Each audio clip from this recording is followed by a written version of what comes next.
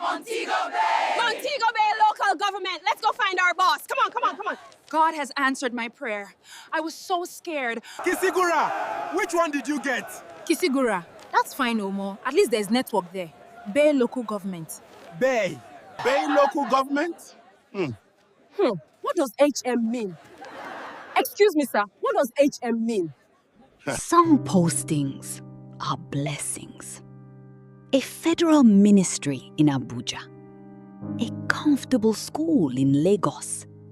A hospital with running water and electricity. And then, there are postings like Sylvia's. You have to understand something about Sylvia first. She did not get here by accident. She worked for this. She woke up early. She slept late. She studied OBS, the online batch scheduling system, like a woman preparing for war. Every tip, every trick, every rumor about how to influence your posting. She tried them all. And still, the system gave her Bay local government. Bay local government. Say that name around any NYSC Corper who has served in that state. Watch their face change. The campground was loud. Hundreds of coppers, laughter, screaming, tears. This is the moment you find out where you will spend the next 1 year of your life. Sylvia stood in the middle of it all. Hello, holding her letter, staring at 2 words that had rearranged her entire future. Bay local government. Should she call her mother? Should she find the boss, the state coordinator, and beg? Should she start calculating how much redeployment would cost? 150,000 naira. That was the number people whispered. 150,000 naira. She did not have. Her mother did not have. Nobody in her family had. Around her, the campground celebrated. Montego Bay local government. This is your boss. Come on, come on, come on. She could God hear has answered Tanya. my prayer. I Lucky was so scared. Tanya, laughing with her friends near the Montego Bay coordinator. Good posting. Safe posting. Sylvia's eyes stung. She told herself she would not cry. She lied to herself. Sylvia was moving without knowing she was moving. That is what shock does to a person. Your body keeps going even when your mind has stopped. She was moving in confusion. And that was how she walked straight into Marcel. Oh my God, I'm so sorry. Marcel bent down, picked up the letter that had fallen, read it, looked up. You were posted to Bay local government too? Sylvia wiped her face quickly. I'm fine. Yes, Bay. Marcel nodded slowly. Our boss is over there. They walked together. 2 strangers, bound by the same unlucky piece of paper. And Sylvia felt something she had not felt in the last 30 minutes. She felt slightly less alone. There is something about shared suffering. It does not remove the pain, but it reminds you that you are not invisible, that someone else sees what you are going through. Marcel saw Sylvia. And for now, that was enough. But the relief did not last long. Because when the bus finally moved, the real stories began. And nothing, absolutely nothing, could have prepared Sylvia for what she was about to hear. They waited for 1 hour. 1 full hour for all coppers posted to Bay local government to gather. Then the bus moved. 14 coppers. 14 people who had no idea what was waiting for them. The NYSC staff member sat in front. He turned around and smiled. The kind of smile that was trying too hard.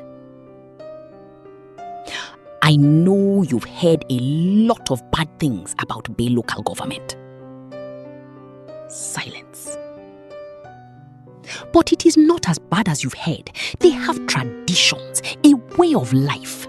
You just need to abide by them. I've lived there for 10 years now, and I'm still alive. Still alive. That is the reassurance he chose. Not it's wonderful. Not you will love it. Still alive. From the back of the bus, a voice. Female, shaking slightly. That's not true, sir. That's not true. That was Dai. She had been crying since she got on the bus. Someone from my university was posted to Bay local government. He told me some of the things he witnessed. Sylvia turned immediately. Please, what did he tell you? Tell us. Dai took a breath. And she began. Her friend's name was Usman. He was posted to Bay the year before. One of his fellow Corpers, a girl called April, was a serious member of NCCF, the Nigerian Christian Corpers Fellowship. April arrived in Bay local government with a mission. She was going to make a difference. She was going to be the change. You have probably met someone like April. Someone whose heart is so full, so earnest, so determined to do good that they do not stop to study the environment around them. April was a teacher. And in Bay local government, there were rules for teachers. Unspoken rules. You do not flog students. You do not punish them openly. You find another way. April did not find another way. She flogged students who failed her tests. She embarrassed boys she caught near girls. She held extra lessons for girls, teaching them about their bodies, about STDs, about abstinence. What she was doing was good. God knows it was good. But in Bay local government, good intentions without wisdom can get you killed. One morning, April was teaching. Midway through her lesson, a boy at the back shouted, I don't even know what you are teaching. It's better I sleep, Joe. The class laughed. April turned. Who said that? More laughter. Then the boy stood up. I am the one. What will you do? April told him to come forward. He looked her in the eye. If I come forward, I will just beat you. She should have walked away. She should have ignored him. That is how you handle moments like that in Bay. You de-escalate. You survive. But April was not thinking about survival. She was thinking about respect. She walked up to him, dragged him to the front, reached for her cane. And that was when the class rose. All of them. At once. It had been planned. The entire class had planned it. They surrounded her. And they beat her. Usman and the other coppers tried to intervene. The teachers warned them, mind your business. By the time the students left, April was on the floor. Usman carried her to the health center. 1 doctor, 4 nurses. The doctor was in the labor room. The equipment was almost nothing. They could not save her. And that was how Bay local government took April. The students were never punished. The LGI sent words to her parents. They came to carry her body. The bus went silent. Even the NYSC staff in front said nothing because he remembered. He knew it was true. God, what is this? Where am I going? Can any good thing come out of this place? Then a voice from the middle of the bus sighed loudly. Please, oh, all these scary stories, abeg, stop. I never chop since morning. If I faint now, it is not Bay that has killed me. Hunger go try first. A few people laughed, softly, nervously. The laughter faded fast. But Daye had not finished. And Marcel had a story too. A different kind of danger. One that does not leave marks on the body, but leaves you in Bay local government forever. There are things you can protect yourself from. You can avoid the wrong crowd. You can stay indoors. You can be careful. And then there are things that come for you in ways you never saw coming. Marcel had been quiet since Daya finished her story. But now she spoke. In my room, we talked about Bay local government. We talked about how unlucky we were to be sent here. Someone told us a story too. She paused. Then she said the word. Hot. Sylvia turned immediately. Wait, did you just say hot? In this day and age? Marcel nodded slowly. That local government is very backward. For context, because some of you may not know what this means. When a place is described as hot in this part of Nigeria, it does not mean the temperature. It means the spiritual atmosphere. It means things happen there that science cannot easily explain. Marcel continued.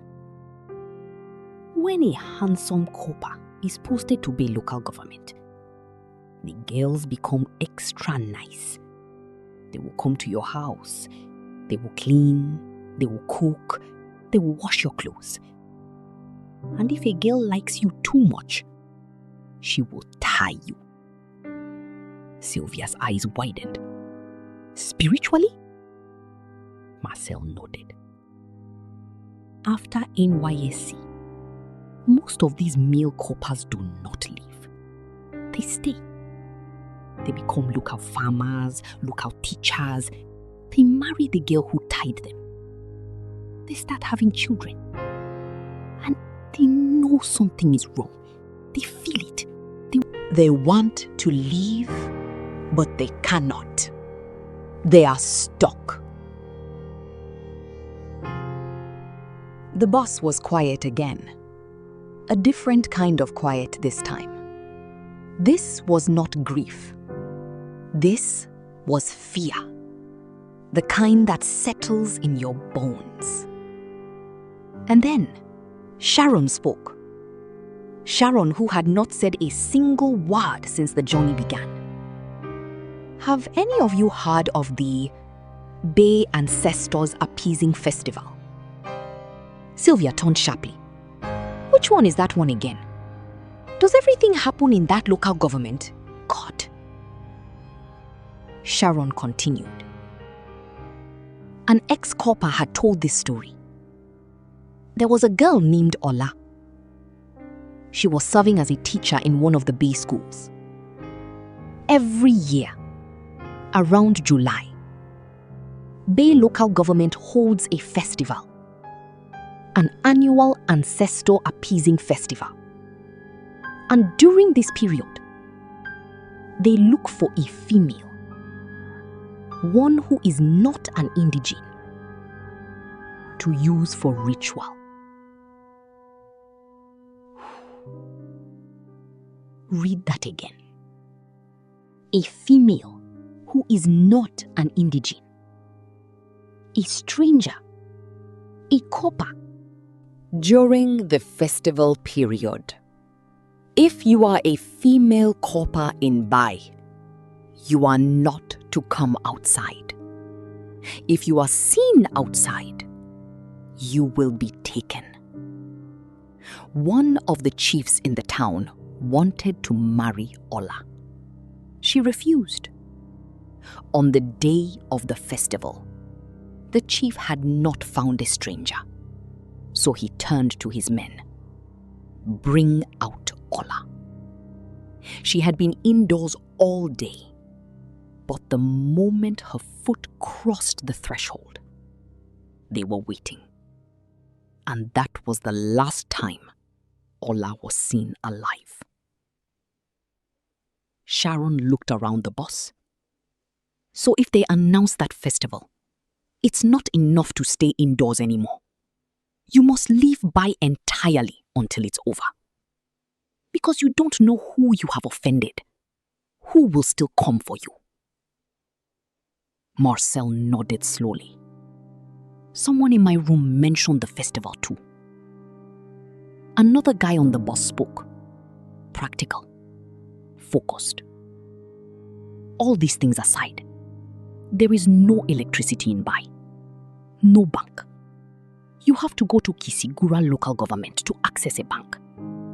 Some villages don't even have boreholes.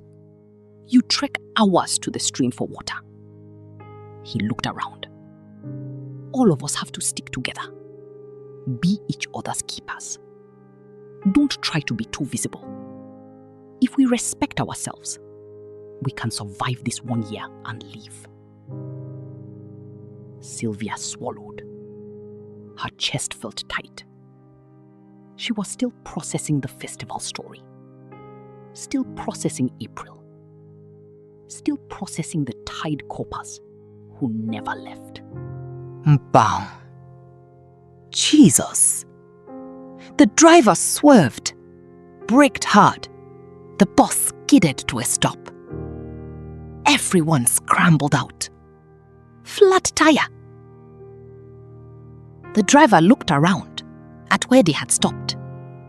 The middle of nowhere. Farmland on both sides. Bush behind.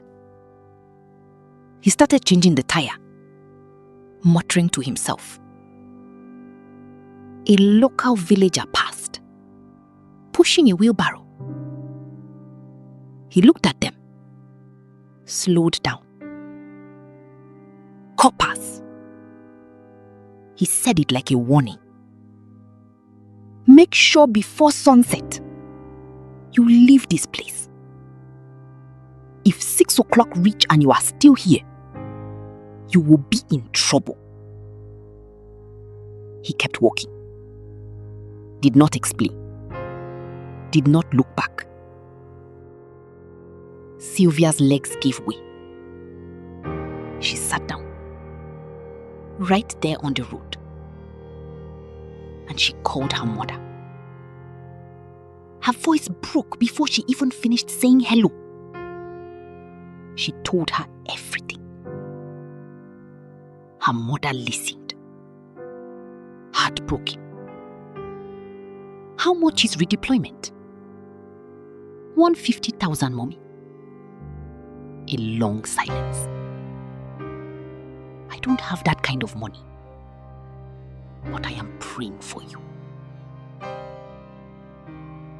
The prayer of a mother who cannot afford to save her child is the most painful kind of prayer. Marcel noticed something while helping fix the tire. Another tire, almost flat. The driver said they would pump it further down the road. And the journey continued. Into Bay. Nobody spoke much after the flat tire. The villagers' words hung in the air like smoke. If 6 o'clock reach and you are still here, you will be in trouble. Nobody asked what kind of trouble. Nobody wanted to know. The bus moved deeper into Bay. The road changed. The smooth surface gave way to dirt. The buildings disappeared. What replaced them was bush. Thick, dense, unbroken. And then something else. Movement on the road ahead. The driver saw them fast. He slowed down, tried to reverse.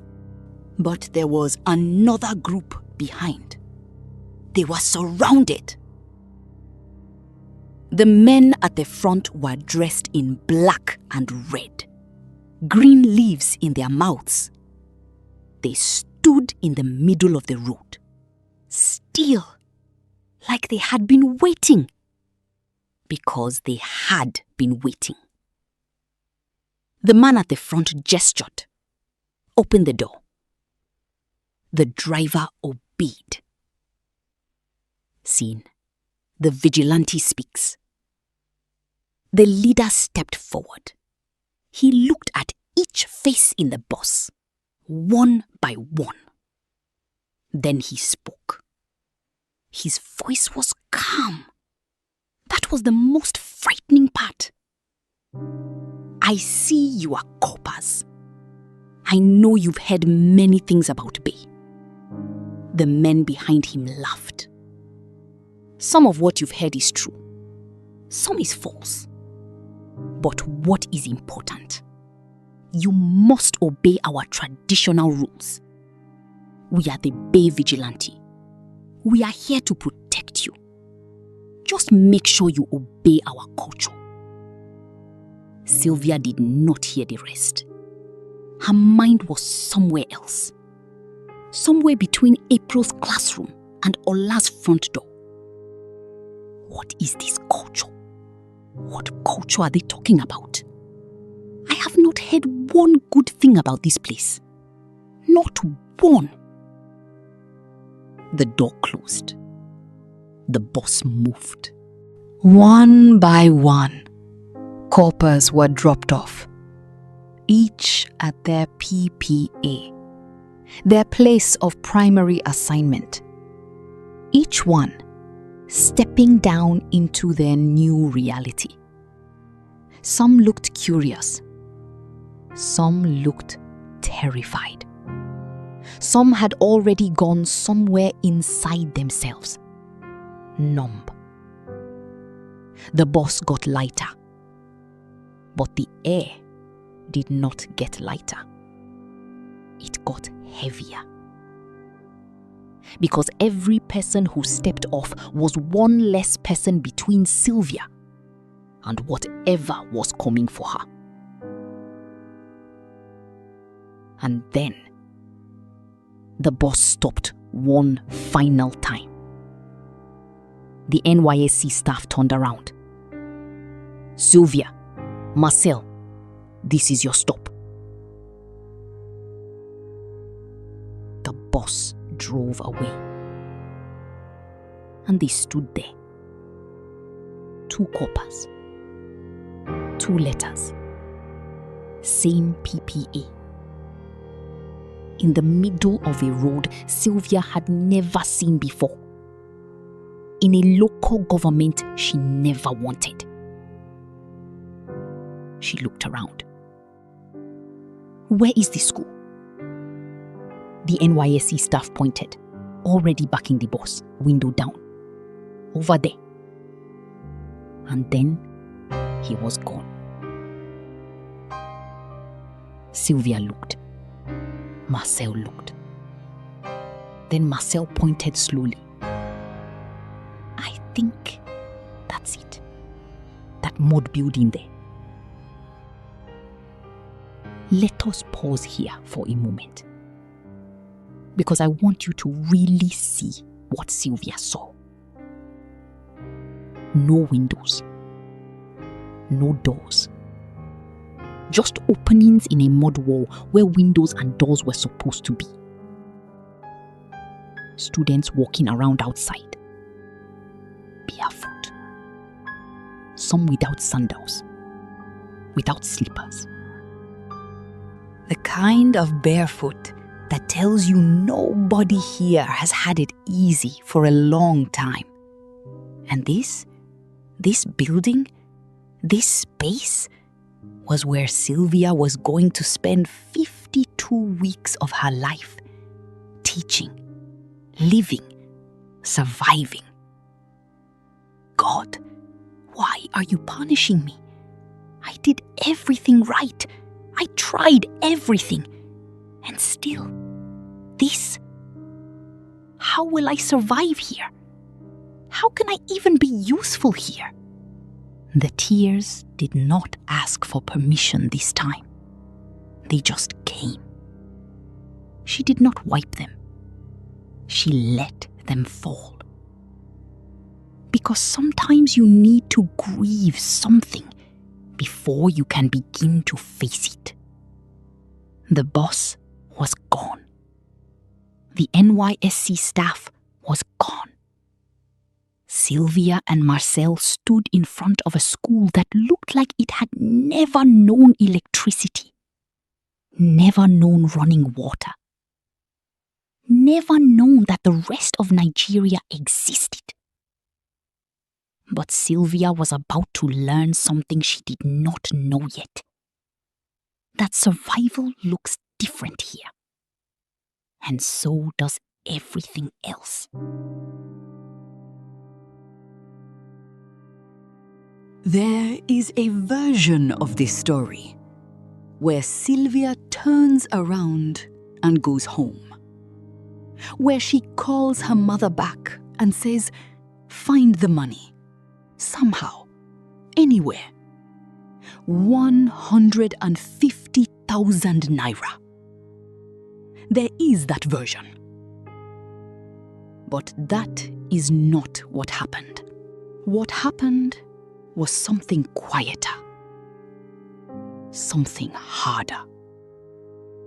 She stood in front of that mud building with no windows, no doors, students walking around barefoot. And she made a decision. Not a loud decision. Not the kind that comes with speeches or music. Just one foot in front of the other. Let us go inside. The students noticed them immediately. Strangers. Corpers. Some of the younger ones ran. Curious. Excited. Others watched from a distance. An older man came forward. The school principal.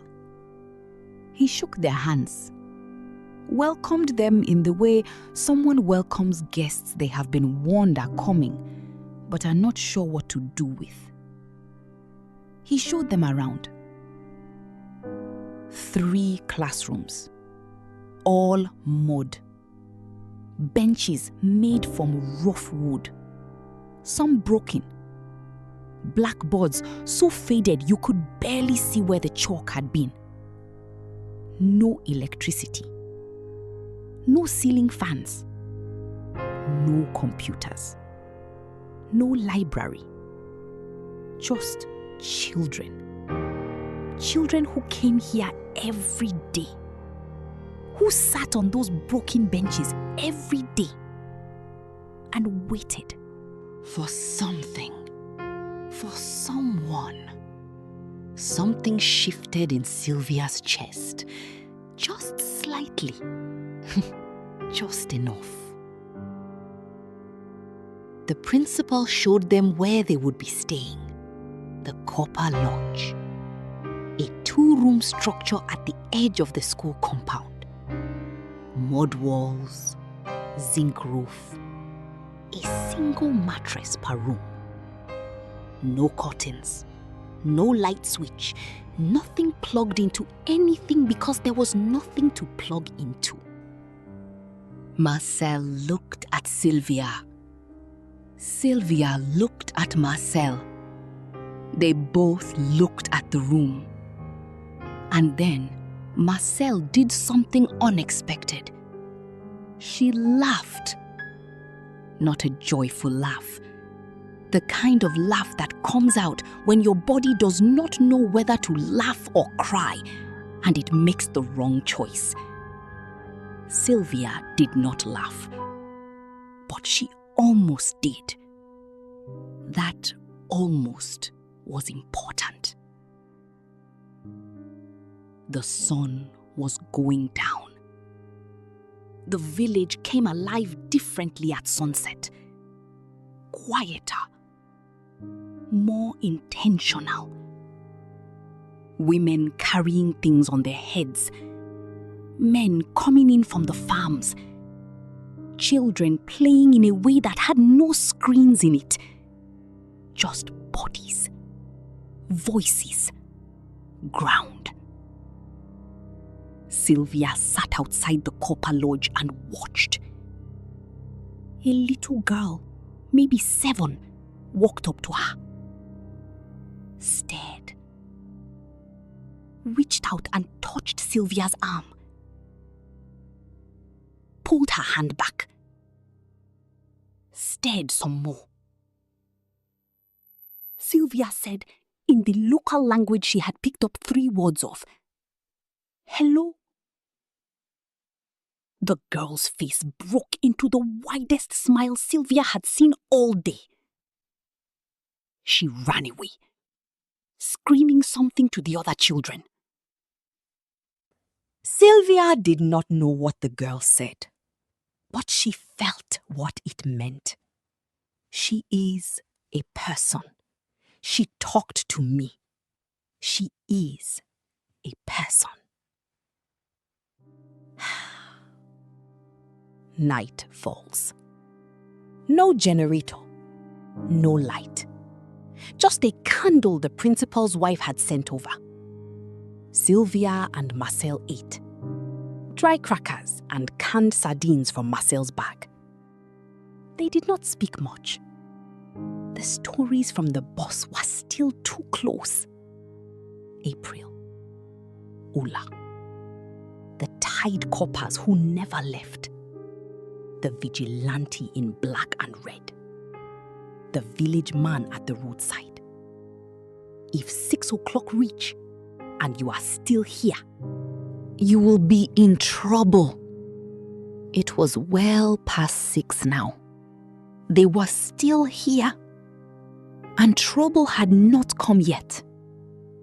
Or maybe it was already all around them, and they just didn't know what. She lay on the mattress that night, listening. Bay at night sounds different from anywhere she had ever been. No cars, no generators, no music from a neighbor's speaker. Just crickets. And something distant. Drumming.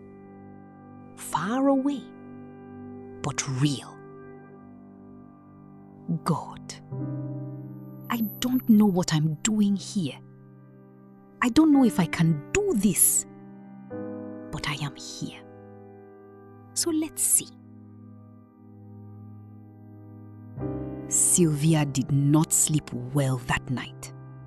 She lay awake thinking about April, thinking about her mother who could not afford 150,000 naira, thinking about Marcel in the next room, thinking about the little girl who touched her arm and ran away smiling, thinking about 52 weeks.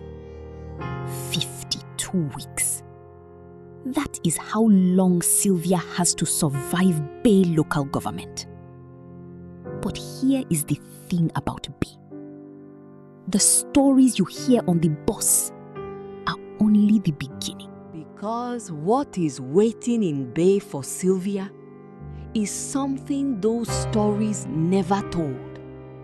Something that will test not just her courage, but her identity, her values, everything she thought she knew about herself.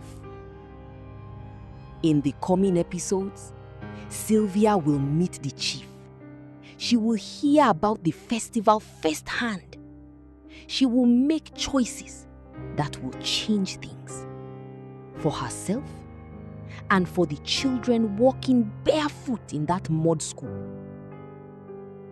Some decisions you make in life look like mistakes from the outside, and from the inside, they change everything. This is Sylvia's story, and it is only just beginning. Don't forget to like, comment, and subscribe. Episode 2 drops next week. Share this with someone who needs to understand what NYSC Corpers go through.